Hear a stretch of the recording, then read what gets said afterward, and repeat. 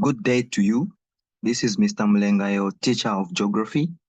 Now, I want to introduce you to geography grade 11.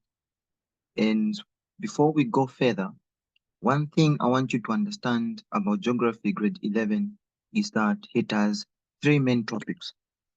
That is world farming, fuel and energy, and world population. So these three are the main topics that you find in geography grade 11. Now, we shall begin with world farming as our first topic, and some of the objectives I want us to achieve are: first, we'll describe the factors that influence farming. Then, secondly, we shall describe the major farming types. Then, we shall also be able to locate the major farming types on the map of the world. Let's begin with the definition of farming. What is farming? Farming is an agricultural activity which involves the growing of crops and rearing of livestock. So farming involves two things: growing of crops and rearing of livestock. So as you're able to see, this is a field of maize. And on the other side, we have animals. So a combination of crops as well as animals is what we refer to as farming. So sometimes the growing of crops is also referred to as arable farming, whereas the keeping of animals or rearing of livestock is also referred to as pastoral farming. Now, there is such a variety of crops cultivated in the world, and they are in different classes. Firstly, we have those crops we call cereals. Examples of cereals include rice, wheat, maize, corn, barley, oats, millets, and so on. Then we have those we call beverages. These include tea, cocoa, coffee, and the like. Then we have fibers, which include cotton, flax, silk, and the rest of hard fibers. Now, we also have those crops we call raw materials. Now, these crops are very important because they are a basis on which most of the industries survive. For example, rubber, sugarcane, fruits, vegetable oils such as palm oil, coconut, groundnut, soybeans, among others. When it comes to rearing of animals, we have different types of livestock that are reared. For example, we have cattle, pigs, sheep, goat, horses, camels, among others. Now, I want us to understand together the fact that farming is a very important activity. Since time immemorial, farming has been one of the most important human activities. They say without farming, a world would be a dead world. This is simply because it provides all the food consumed by human beings, meaning that without the food produced by farming, the world would be a dead world. The world will have no food. One important aspect about farming is that it provides employment, either in agro-based industries, marketing of farm products, among others. Most of the people think of farming providing employment in only a way of working on the farm.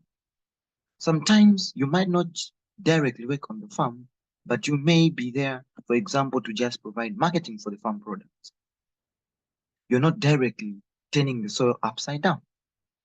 So farming is quite wide. That's why even its employment base is quite wide. So as you're able to see, these are the women working on a farm, and this is what they depend on for survival. This is their source of employment. They work on this particular farm. Farming also provides raw materials used in agro industries such as bread making, tire making, among others. Hence, without farming, many industries would be closed. This implies that there are those industries that depend on farm products, such as the making of bread. You need wheat to make bread. You cannot come up with a tire making company when you don't have rubber.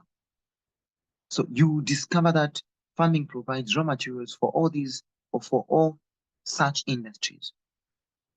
Farming also provides a market for industrial goods such as machinery, tractors, and fertilizers, among others.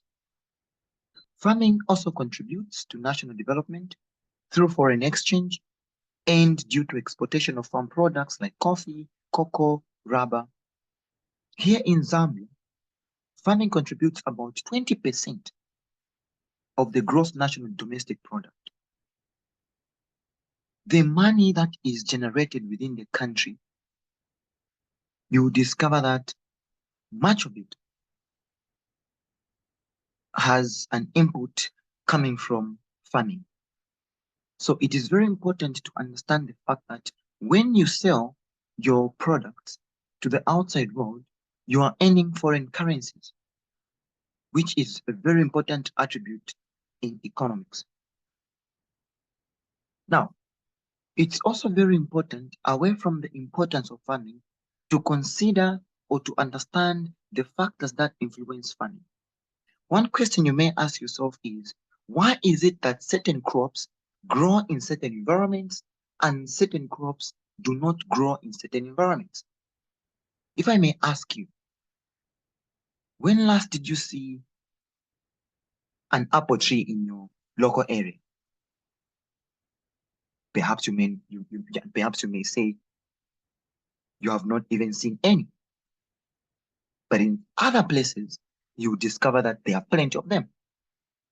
So we have different factors that influence farming in different regions. So there are two main categories of factors that influence farming. That is human and physical factors. So we shall begin with the physical factors. Now, when we say physical factors, we mean natural factors, the things that do not have anything to do with human activity. These are basically natural factors. So our first physical factor that we look at is climate. Now, climate is basically defined as the average atmospheric condition of a place over an extended period of time. When we say climate, we have to understand that it is the greatest determining factor when it comes to farming. Rainfall is a very important aspect about climate because the amount of rainfall received in an area determines the crop to be grown in such an area. Rainfall comes in because all the crops need water for them to grow well. For example, rice. Rice needs a lot of water for it to grow well. Another aspect about climate is temperature. Now, crops need enough sunshine for them to grow. Apart from that, the temperature also influences the type of animals kept in an area. For example, dairy cattle farming is good in cool areas, while cattle ranching is good in warmer areas. This is very important. In case you're wondering what dairy cattle farming is, dairy cattle farming is the keeping of cattle for the purpose of milk production, whereas cattle ranching is the keeping of cattle for the purpose of beef production. So when you're keeping cattle for the purpose of beef production, you can keep it even in an environment that has very high temperatures. But when you are keeping cattle for milk production, for dairy farming, you need to set up such a farm in an environment with cooler temperatures. So climate is a very important aspect to consider when you're looking at setting up your farm. Topography is another factor. When we say topography, we mean the shape of the land, or basically the general appearance of the land. This is the same as relief. Either high or low. The mostly cultivated parts of the world are lowlands. If I'm to ask you a question, for example, to choose between a lowland and a mountainous area or a hilly area where you would prefer to practice your farming, you probably go for a lowland, which is flat, unlike a mountainous area, which is so hilly where even machinery cannot be used. So the shape of the land is very, very important to consider. Now, the levelness of land or the levelness of the land eases cultivation of the land and use of machinery.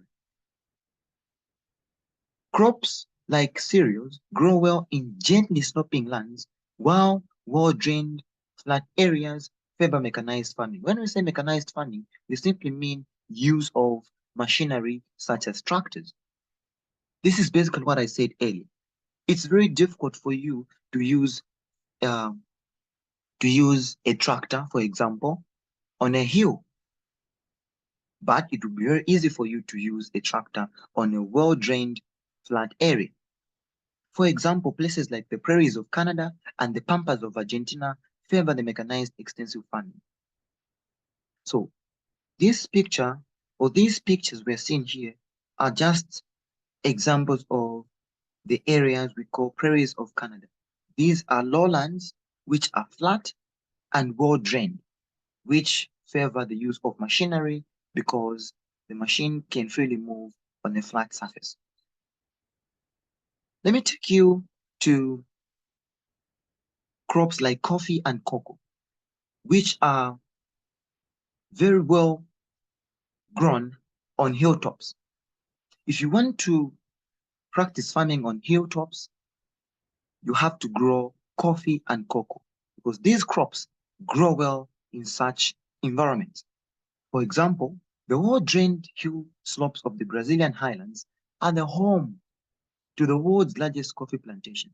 In Brazil, these highlands, they are one of the largest producers of coffee in the entire world. Now, as you're able to see here, these are the Brazilian highlands. This is an highland, okay? And the growth of coffee and cocoa is done on these hilltops. And you are, as you are able to see here, there are these stretching lines which are quite straight and put across this hill. This type of farming, which you are able to see in this particular image, is what we call terracing farming. I've seen this question a couple of times in most of the past papers where they'll ask you to say, where is terracing mostly practiced? The answer you should always go for is hilly areas. Here's another example. As you're able to see, this is an highland where coffee and cocoa are grown in these straight lines or what we call terraces, terracing farming.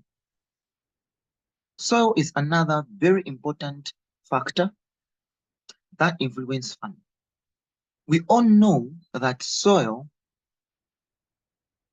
is a very important factor in as much as plant growth is concerned because there is no plant that can grow without soil. So this is a material on the surface of the ground in which plants grow. Crop cultivation, which is also known as arable farming, requires fertile soil. But do you think keeping of animals also requires fertile soils? The answer is no. Livestock rearing does not require fertile soils. Let's get to vegetation as our next factor. Now, when we say vegetation, you must be able to understand to say the growth of vegetation is mainly influenced by rainfall distribution.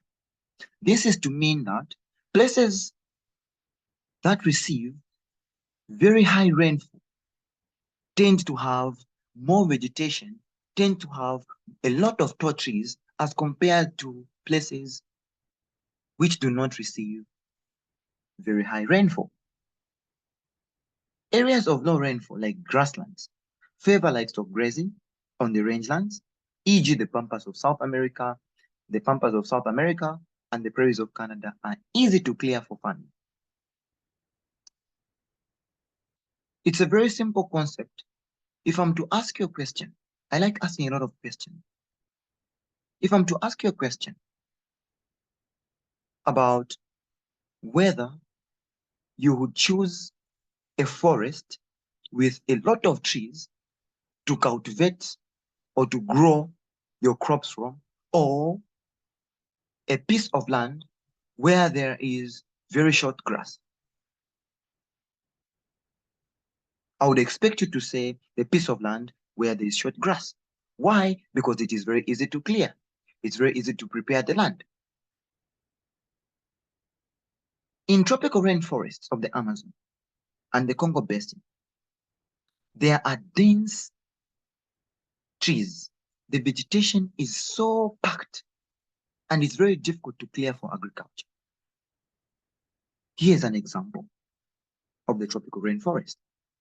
It's very difficult to practice farming here because if just clearing these trees can take you a lifetime. Now, here on the other side, we have the prairies of Canada. As you are able to see, this place is very easy to clear because there is only short grass, which you can easily, prepare and be able to have your land ready for cultivation. So here's the concept of vegetation. Let me now take you to the human factors which influence farming. Our first factor is capital. Beyond any reasonable doubt, you cannot practice farming without money. You need money to cater for your expenses. You need money to cater for all operational costs like fertilizers and payment of workers. Government influence is another human factor. When we say government influence, in any country, the government plays a critical role in promoting the growth of agriculture or farming. The government influences farming by subsidizing farming inputs like fertilizers and seeds. This is to make the farming products like fertilizers and seeds. In case you're wondering what subsidizing imply in this case, this is where the government will cushion or add some monies on the inputs that farmers are supposed to buy so that farmers can be able to buy at a cheaper price. Also, the government gives farmers loans at a low interest rate to promote more production. This is very important. The other important human factor is the market. Surely, would you grow crops and produce farm products such as milk where there are no people to buy? Of course not. You need market. There must be demand for agricultural products, either on local or international market. The next important human factor is availability of labor. Here, we are simply talking about having workers. Human labor or workforce to carry out farming activity must be available. Technology and research is another very important human factor that influences or that looks at farming. When you look at technology and research, today we are living in a technologically advanced era where even the methods of farming, the tools, the equipments that farmers use must be able to determine the amount of production. So here, we are talking about simply having new breeds and varieties of crops of animals with characteristics that can withstand harsh conditions like droughts, diseases, and pests. So here you're talking about having advanced hybrid seeds, for example. New agriculture practices with better yielding seeds and disease-resistant animals have been introduced through research. So this is very important. Now, transport is another very important human aspect or factor that must be put into consideration when looking at farming. Good transport network favors transportation of agricultural products. You need a good road to transport your farm products to the market. Social factors, culture and religious beliefs. Not all societies are the same. That's the first concept on social factors. Some communities do not rear certain kinds of animals. For example, Muslims, Jews, Hindus do not engage in piggery farming. They don't keep pigs. Now, I want to run you through just a few selected exam past paper questions. But before we do that, I want to make a quick summary about farming so far. First of all, the first concept that you must understand is that farming deals with two things. That is growing of crops, which is also known as arable farming, and rearing of animals, which is also known as pastoral farming. Apart from that, you must be able to understand to say we have different classes of crops. That is cereals, for example, which may include maize, barley, and so on. Now, the other important aspect in conclusion, which you must be able to take into consideration, is that we have two main factors that influence or that affect farming. That is human factors and physical factors. So you must be able to know. Let's look at a few sample examination past paper questions. The first question is taken from the 2016 ECZ paper 1, geography paper 1. The question says, which of the following is a cereal crop?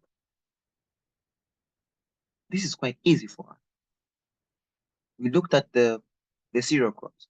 So the best possible answer here is definitely A, which is barley. Let's look at another question.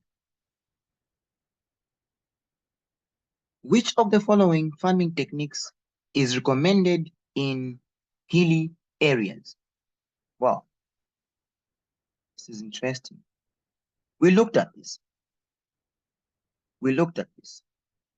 So we have A, fallowing, we have B, shifting cultivation, we have C, strip farming, we have D, terracing. Now, all these types of farming, we shall look at them. But the best possible answer here, based on our earlier discussion, is D, which is terracing. I made mention when I was talking about the Brazilian highlands to say the growing of coffee is done on hills, and sometimes that is referred to as terracing. So this is our lesson for today.